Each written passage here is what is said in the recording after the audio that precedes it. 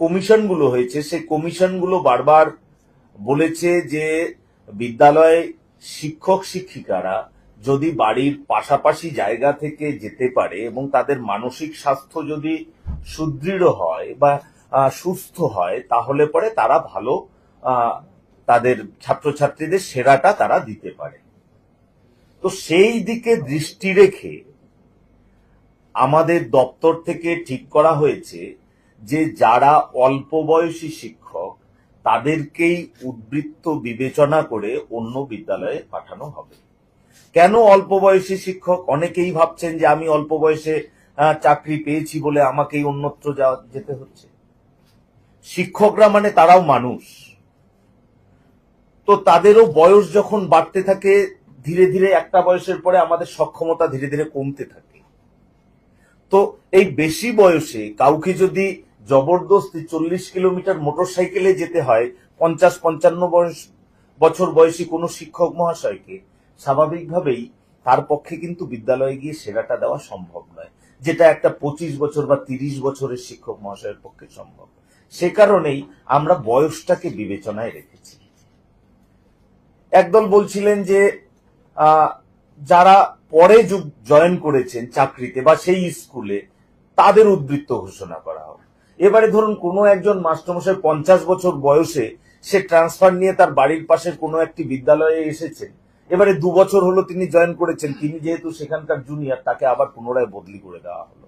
সেই মাস্টারমশাইয়ের মানসিক অবস্থা কি হবে এবং তার পারিবারিক অবস্থা কি আছে সেটা বিবেচনা করা আমাদের প্রয়োজন কিনা আপনারা বিবেচনা করবেন। আরেকটি ক্ষেত্রে বলা হয়েছিল যে যিনি পরে চাকরিতে যোগদান করেছেন তাকে উদ্বৃত্ত ঘোষণা করা হবে। এবারে যিনি মনে করুন 21 বছর বয়সে চাকরি পেয়েছেন আর একজন 35 বছর বয়সে চাকরি পেয়েছে, এবারে 35 বছর বয়সে যে চাকরি পেয়েছে আমরা স্বাভাবিক চিন্তা ভাবনায় আমরা ধরে নিতে পারি যে তার বাবা মা আরো বেশি বৃদ্ধ হয়েছে, তার পারিবারিক চাপ আরো বেশি বৃদ্ধি হয়েছে। তো সেক্ষেত্রে তার পক্ষে যতটা সম্ভব 21 বছরে যে চাকরি পেয়েছে, হোক না সে 5 বছর চাকরি করে নিয়েছে ইতিমধ্যে, তার 26 বছর বয়স, সে যত সহজে একটু ট্রাভেল করে তার সেরাটা সে দিতে পারবে ততটা কিন্তু 35 বছরের মাস্টারমশাই পারবেন না। তার শারীরিক সক্ষমতা, কেউ কেউ আছেন নিশ্চয়ই যাদের শারীরিক সক্ষমতা মানসিক সক্ষমতা অত্যন্ত প্রবল, আমরা সে বিষয়টাকে এক্সেপশনটাকে ধরছি না। সেই কারণেই আমরা বারবার এই বায়োলজিক্যাল এজ বা তার বয়স এটাকে আমরা গুরুত্ব দিয়েছি। এর সঙ্গে আরেকটি বিষয় রয়েছে, সেটি হলো যে যাদের আজকে আমরা ট্রান্সফার করছি, আমরা আজকে যাদের অ্যাডমিনিস্ট্রেটিভ গ্রাউন্ডে এই রেশনালাইজিং এর জন্য ট্রান্সফার করছি তাদের কিন্তু এটাই একমাত্র ট্রান্সফার নয়, এরপরে তারা কিন্তু আমাদের কাছে ট্রান্সফার চাইতে পারে। যেহেতু এই ট্রান্সফারটা আমরা করছি সে কারণে তার যে ট্রান্সফার পাওয়ার যে একটা জায়গা রয়েছে সেটা কিন্তু বন্ধ হয়ে গেল না।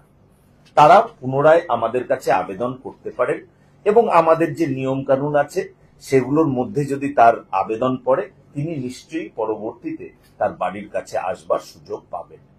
এটা আমাদের বর্তমান পদ্ধতি, এটা তৈরি করা হয়েছে মূলত প্রাথমিক বিদ্যালয়ের ক্ষেত্রে। আমি মাস্টারমশাইদের আপনাদের মাধ্যমে জানাতে চাই, আপনারা নিশ্চিত থাকুন, আপনাদের প্রত্যেকের প্রতি আমাদের আস্থা ভরসা আছে এবং পরবর্তীতে যারা বিভিন্ন জেলায় রয়েছে নিজের জেলা ছেড়ে তাদেরকেও আমরা আমাদের প্রক্রিয়ায় রাখছি এবং এটা আমাদের স্মরণে আছে, আমরা তাদেরকেও নিজ জেলায় ফিরিয়ে দেব। Thank you. সরকার থেকে ঘোষণা করা হয়েছিল যে বিভিন্ন জায়গায় বন্দে মাতরম গান্ধীকে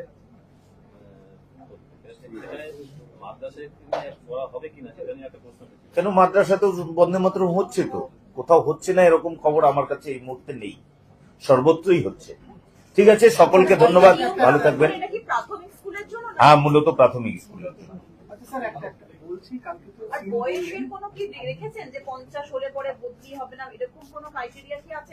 না, এখনো করা হয়নি, সেটা ভাবনা চিন্তায় আছে। আমাদের ওরকম জায়গায় যাবে না আর কি, এখনো পর্যন্ত যা